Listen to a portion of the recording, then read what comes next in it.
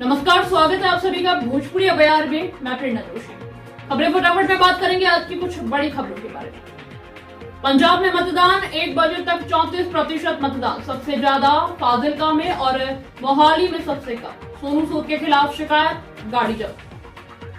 पंजाब में 117 विधानसभा सीटों पर अब तक 5 घंटे में 34% मतदान हुआ है। दोपहर 1 बजे तक राज्य के 23 में से 13 जिलों में 35% से ज्यादा मतदान हुआ है। इनमें सबसे ज्यादा 40% मतदान फाजिलका में हुआ है, जबकि मोहाली में सबसे कम महज 27% मतदान ही दर्ज किया गया है। इससे पहले राज्य में सुबह 9 बजे तक 4% और 11 बजे तक 17% मतदान हुआ है। यूपी में वोटिंग 1 बजे तक 35% वोटिंग। मोदी बोले यूपी का अब कट्टा 17 मुक्त। कानपुर में मुस्लिम महिलाओं के हिजाब उतारने पर विवाद। उत्तर प्रदेश में थर्ड फेज की वोटिंग जारी है। 16 जिलों की 59 सीटों पर दोपहर 1 बजे तक 35% वोट डाले गए हैं। शुरुआती घंटों में वोटर्स का जोश हाई रहा।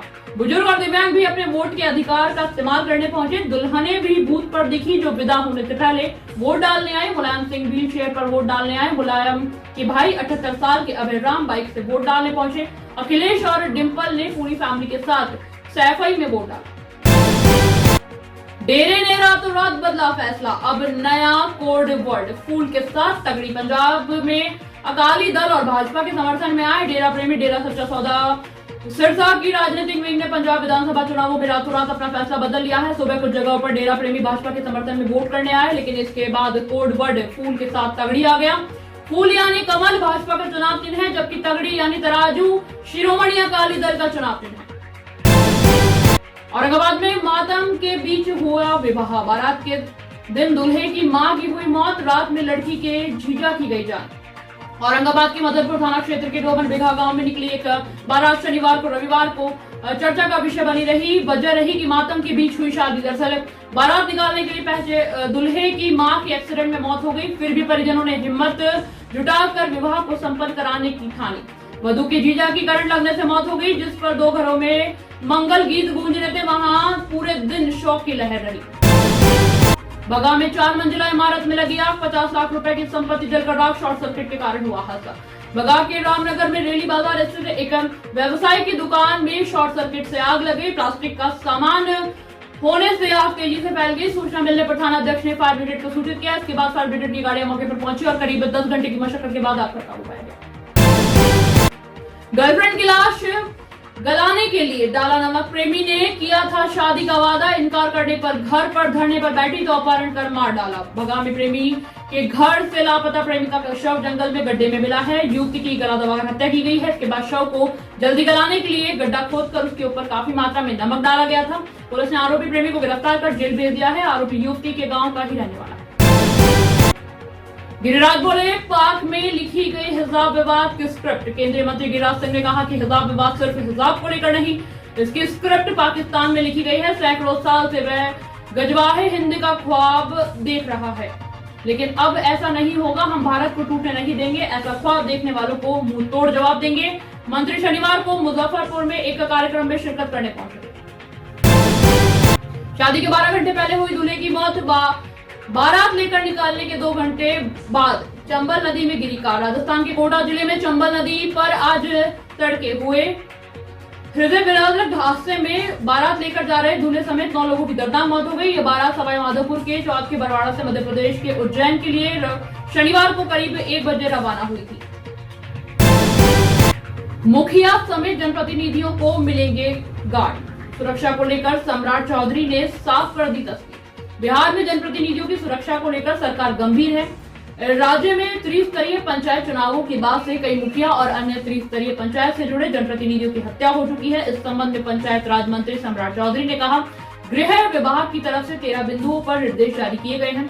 आपराधिक घटना में मुखिया की हत्या होने पर SIT का गठन किया गया है और कार्रवाई भी लगातार की जा रही है। मंत्री ने कहा कि इन सभी के केस में 3 महीने में जांच रिपोर्ट कोर्ट में सबमिट करना होगा। बेटे संग आरजेडी नेता ने ताबड़तोड़ दागी गोलियां, देखे पिता पुत्र की फायरिंग का वीडियो। बिहार में लाख पाबंदियों के बावजूद भी हर्ष फायरिंग जैसी घटनाओं पर रोक नहीं लग रही है। ताजा मामला नालंदा जिले से जुड़ा है। जिले के कतरी सराय थाना क्षेत्र के कतरीडीह पंचायत अपेक्ष अध्यक्ष एवं राजद नेता उदय सिंह और उनके पुत्र सोनू द्वारा ताबड़तोड़ फायरिंग की गई। हर्ष फायरिंग का ये वीडियो सोशल मीडिया पर तेजी से वायरल हो रहा है, जिसमें पिता पुत्र की जोड़ी बड़े आराम से आसमान में गोलियां दागती दिख रही है। पटना में रफ्तार का कहर, ऑन ड्यूटी महिला कांस्टेबल को 50 मीटर घसीटती रही फॉर्च्यूनर। राजधानी पटना में शनिवार की रात को बड़ा हादसा हुआ। पटना के व्यवस्थम और महत्वपूर्ण बेली रोड पर भीषण सड़क हादसे हुए। ट्रैफिक पुलिस की महिला कांस्टेबल गंभीर रूप से घायल हो गई। दरअसल तेज रफ्तार से जा रही फॉर्च्यूनर कार ने महिला कांस्टेबल बबीता कुमारी को कुचलते हुए 50 मीटर तक घसीट डाला। फॉर्च्यूनर की गाड़ी बबीता कुमारी को आयकर गोलंबर से मजार तक घसीटते हुए लेकर चली गई। बाद में फल दुकानदारों और आसपास के लोगों ने मदद कर गाड़ी को खदेड़ कर रोका गया। एयर इंडिया के पायलट्स की दुनिया भर में तारीफ।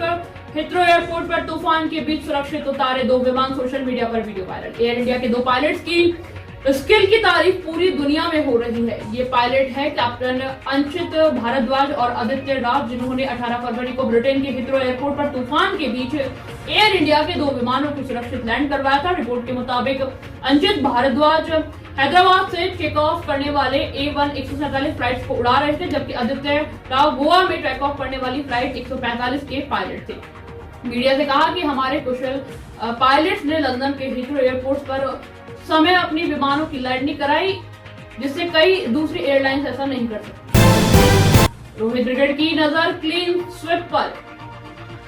भारत और वेस्टइंडीज के बीच 3 मैचों की T20 सीरीज का आखिरी मुकाबला रविवार को कोलकाता के ईडन गार्डन में खेला जाएगा। पहले 2 मैचों में शानदार प्रदर्शन करने वाली भारतीय टीम आज तीसरी भिड़ंत जीतकर सीरीज पर क्लीन स्वीप करना चाहेगी। आज होने वाले मैच में टीम मैनेजमेंट कई बदलाव भी कर सकती है। आखिरी T20 से विराट कोहली और ऋषभ पंत को आराम दिया गया है।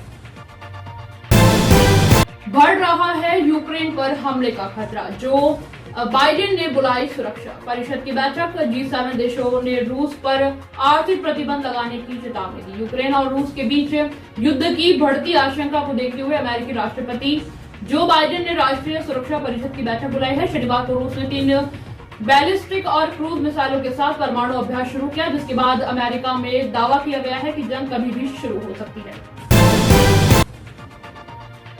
हिजाब विवाद।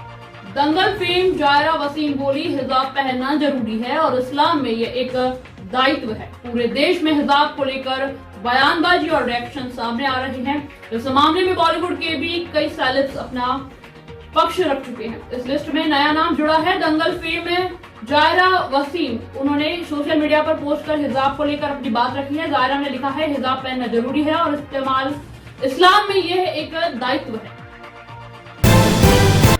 आज की खबरें फटाफट में बस इतना ही। कल फिर मुलाकात होगी कुछ बड़ी खबरों के साथ। तब तक के लिए बने रहिए भोजपुरिया बयान पर।